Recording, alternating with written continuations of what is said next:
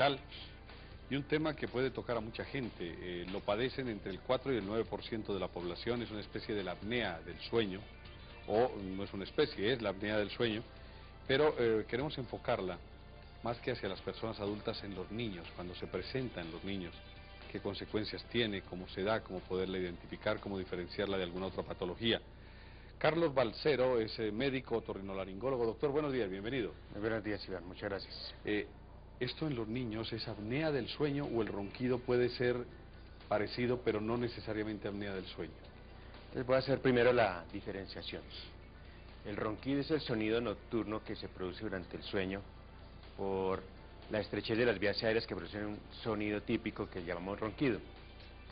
Eso es distinto de la apnea del sueño. La apnea del sueño es la interrupción del paso del aire por la vía respiratoria.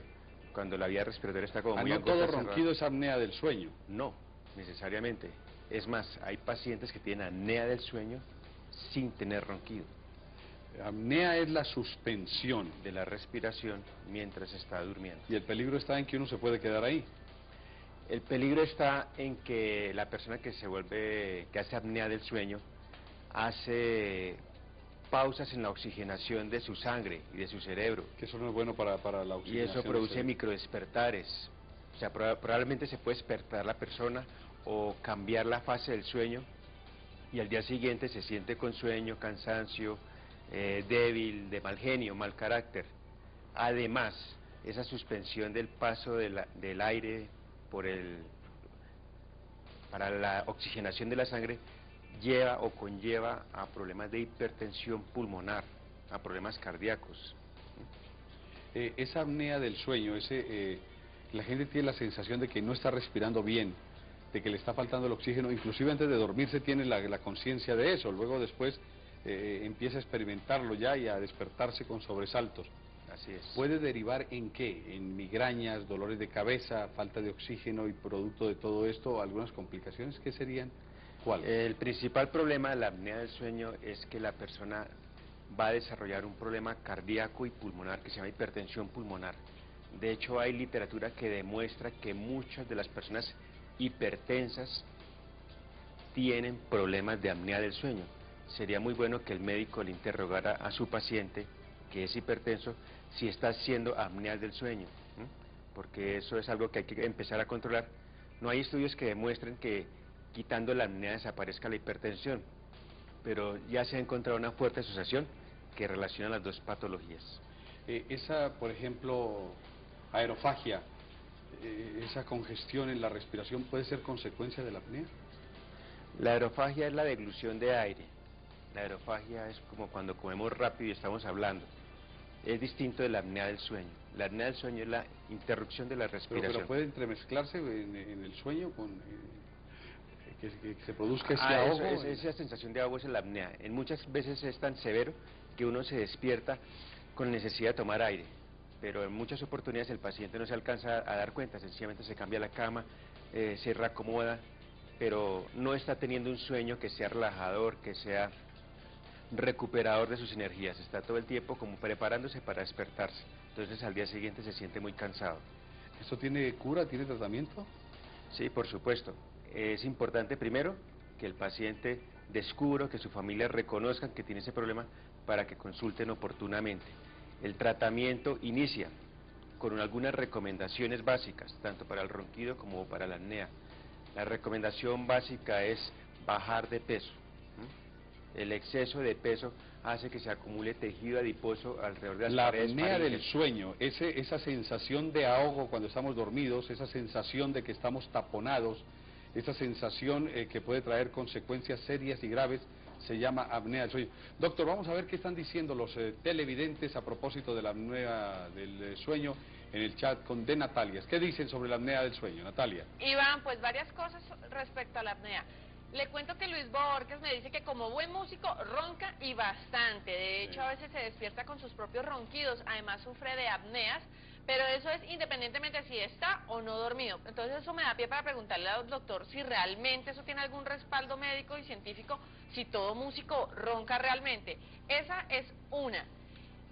José Francisco nos dice que pues que los ronquidos tanto de niños como de adultos son malos hábitos del dormir, mala postura con las almohadas. Y precisamente hablando de posturas y esto, el ingeniero me dice, Natalia, me pregunto algo respecto al tema. ¿El tamaño de la almohada, la altura, influye en que los niños sufran de ronquidos, Doc?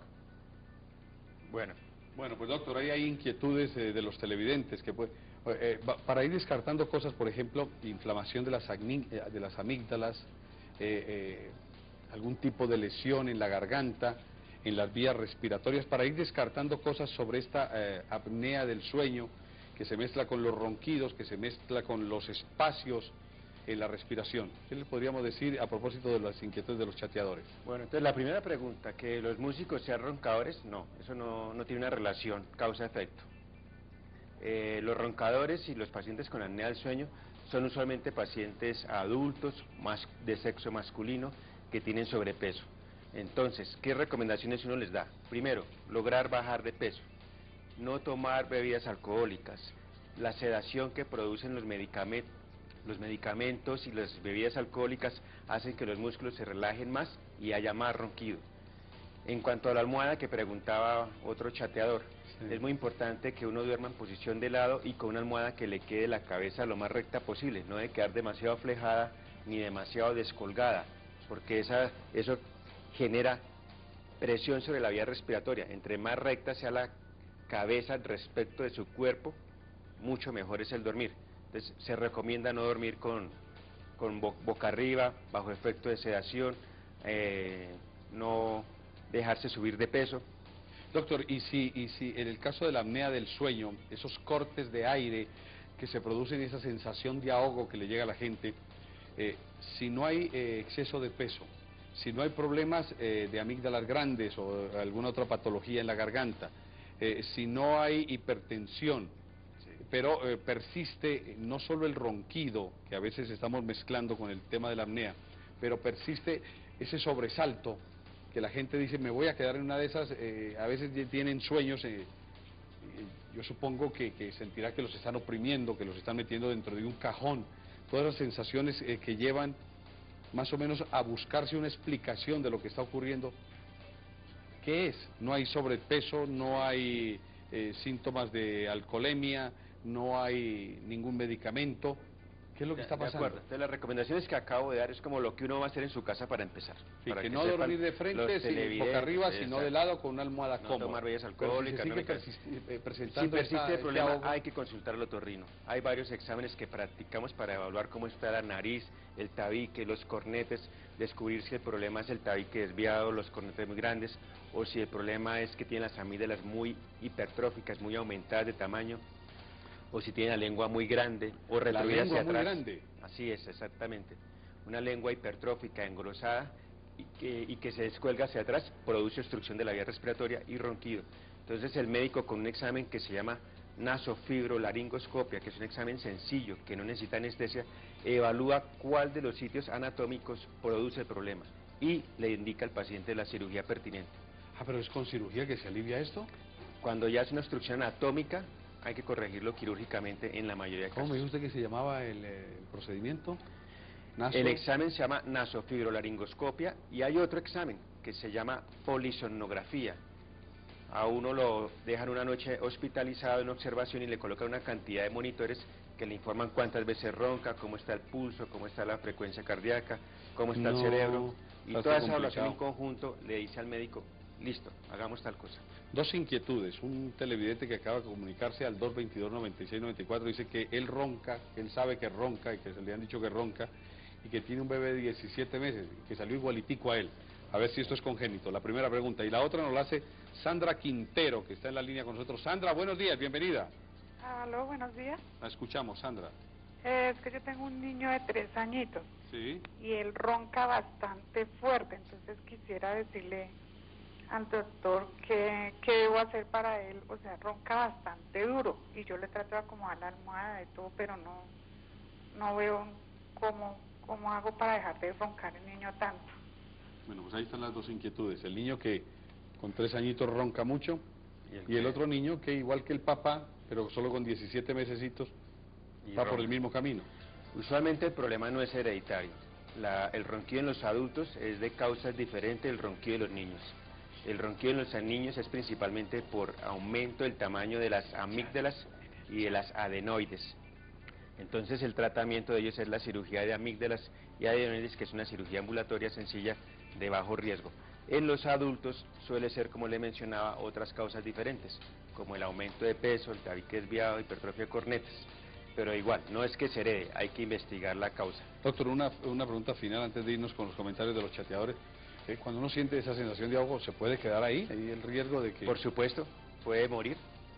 La interrupción crónica persistente del flujo de aire puede generar no solamente la hipertensión crónica que él le mencionaba, sino de pronto una muerte súbita.